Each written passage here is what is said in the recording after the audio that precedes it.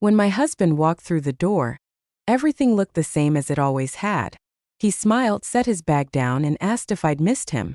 I said yes without hesitation because it was true, and because the word carried more weight now than it used to.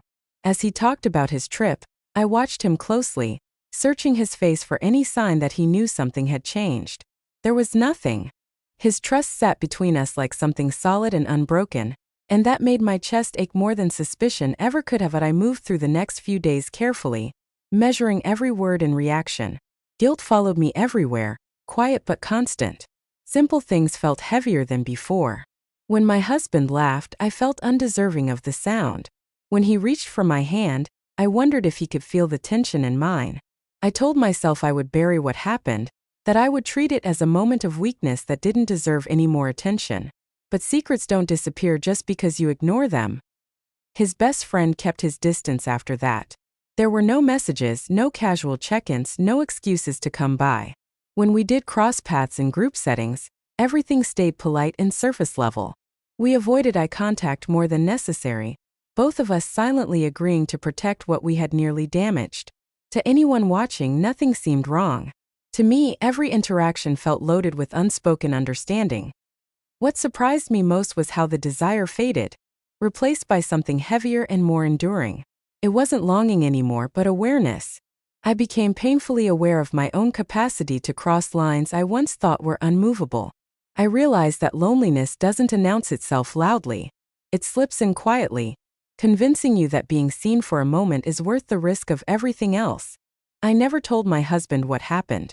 Not because I didn't respect him, but because I understood that confession wouldn't have been about honesty.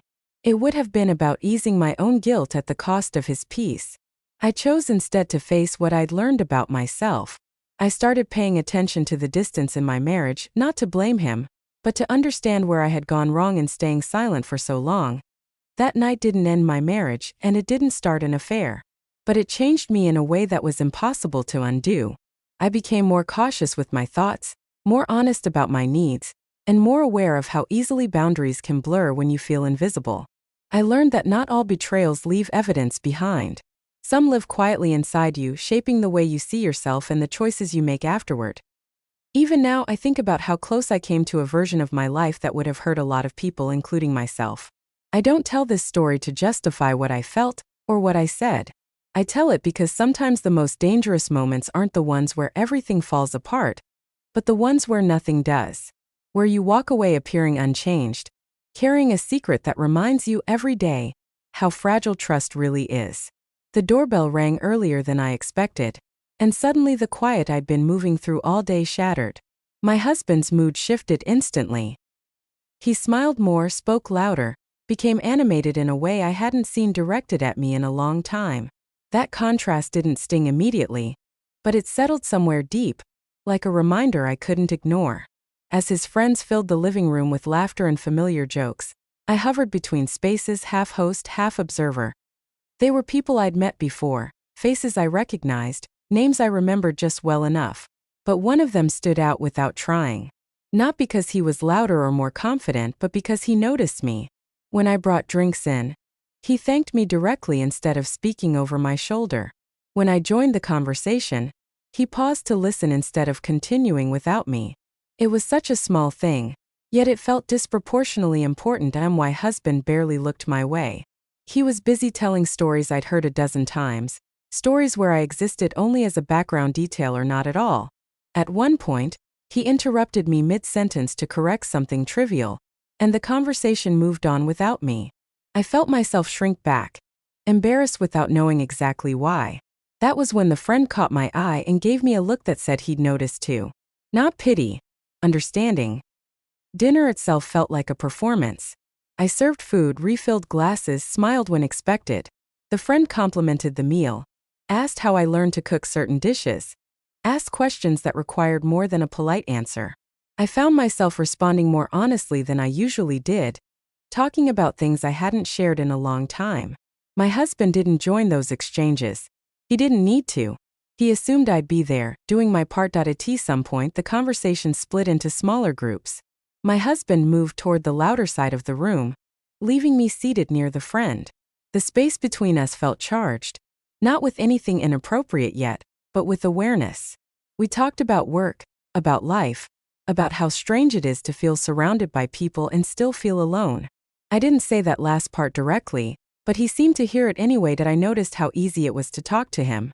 There was no pressure to impress, no careful wording to avoid irritation.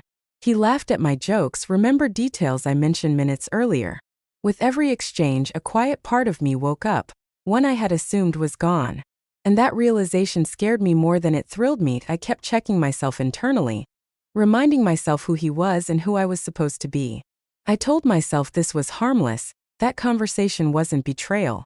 Still, I couldn't deny how my body leaned slightly toward him, how my voice softened without intention. It wasn't desire in a physical sense yet. It was something more subtle and more dangerous. Validation. When my husband glanced over once and saw us talking, his expression didn't change. No jealousy, no curiosity, no concern. That absence landed harder than anger would have. In that moment, I understood that what I was feeling wasn't sudden or irrational. It was the result of being unseen for too long. As the night continued, I realized I was waiting for moments alone in conversation again, measuring the time by when he'd return to my side. I hated that about myself and couldn't stop it at the same time. The dinner hadn't crossed any lines yet, but something inside me already had. And once I became aware of it, I knew this evening was no longer just a dinner. It was a mirror showing me exactly how vulnerable I had become. As the evening thinned out, the energy in the house shifted. One by one, his friends checked the time, made excuses, gathered coats. My husband walked them to the door with the same enthusiasm he'd shown all night, promising to do this again soon. I stayed back, collecting empty glasses, listening to laughter fade down the hallway. When the door finally closed, the quiet felt heavier than before, like the house had exhaled and left me alone with my thoughts. My husband said he was exhausted and announced he was going to bed. No kiss, no question about how I was feeling, no acknowledgement of the work I'd done. Just a routine statement delivered like a conclusion. I stood there for a moment, staring at the door he disappeared behind, realizing how final it sounded. That's when I noticed one of the guests hadn't left yet. The friend who had listened, who had noticed. He was still there, helping stack plates without being asked. We moved around the kitchen in silence at first. It wasn't awkward. It was careful.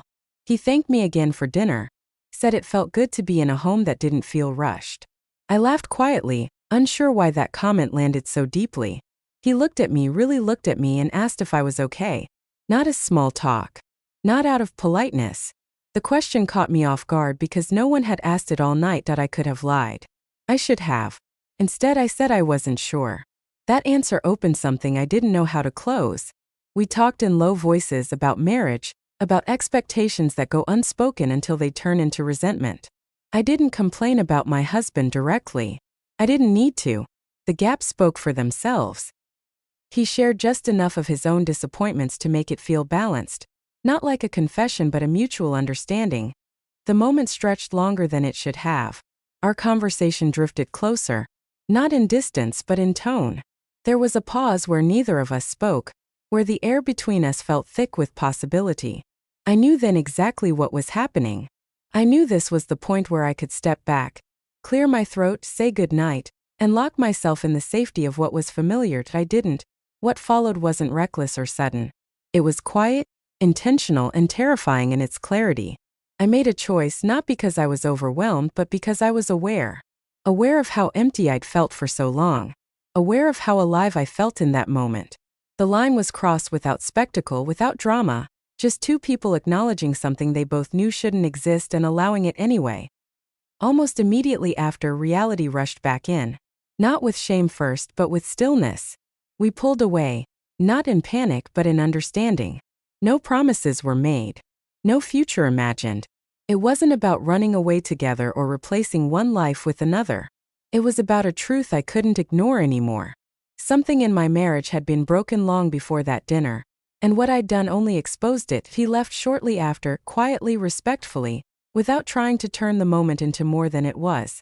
When the door closed behind him, I stood alone in the kitchen, hands resting on the counter, heart pounding in a way that felt unfamiliar.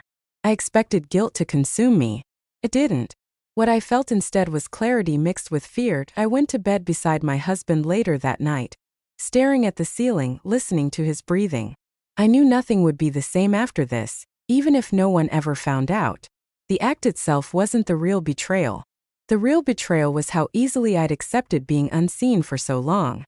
And lying there in the dark, I understood that the choice I'd made wasn't the end of something. It was the beginning of a reckoning I could no longer postpone. The days that followed blurred into a rhythm I didn't question enough. Messages came more often than they should have. Short at first, practical, harmless. Then longer, warmer. He remembered things my husband never did. How I took my tea. How silence made me anxious. How I used humor to dodge questions that felt too close. Each detail felt like proof that I still existed to someone. I told myself it was innocent because nothing physical had happened. No hands, no lips, no stolen nights. Just words. Just attention. But words have weight, and attention is intimate when it's focused the way his was. When I spoke to my husband on the phone, our conversations felt like chores. With him, they felt like relief.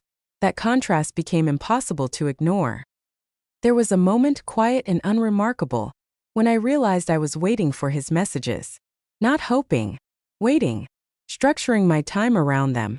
Feeling disappointed when minutes passed without a reply. That scared me, but not enough to stop. Instead, I justified it. I told myself everyone needs a friend. That loneliness inside marriage doesn't count as betrayal if you never act on it. He never pushed. That made it worse. His restraint felt respectful. And respect is seductive when you feel unseen. He listened without fixing me. He asked questions my husband avoided. When I spoke about feeling trapped, he didn't tell me to be grateful. He told me I made sense. That sentence stayed with me longer than it should have. The attraction didn't arrive loudly. It crept in quietly, wrapped in familiarity and trust. I caught myself noticing the way his voice softened when he said my name, the way his presence steadied me, the way my body reacted before my mind could intervene. I had never allowed myself to think in those directions before. The confusion unsettled me. Desire didn't fit the labels I'd lived by, and that made it easier to deny and harder to resist. I tried to pull back. I delayed replies.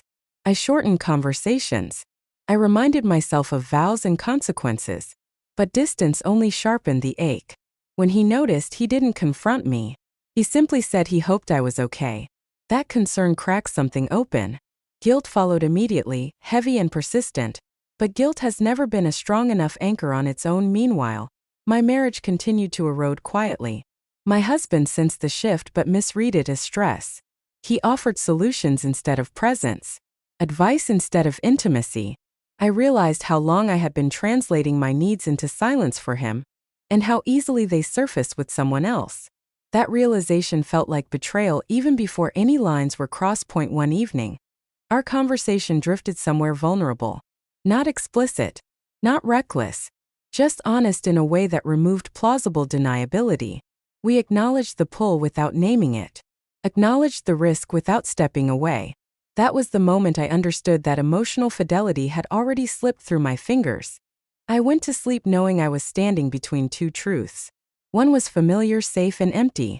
The other was uncertain, alive, and dangerous. Desire had nothing to do with bodies yet. It lived in attention, in validation, in the quiet decision to keep choosing him over restraint.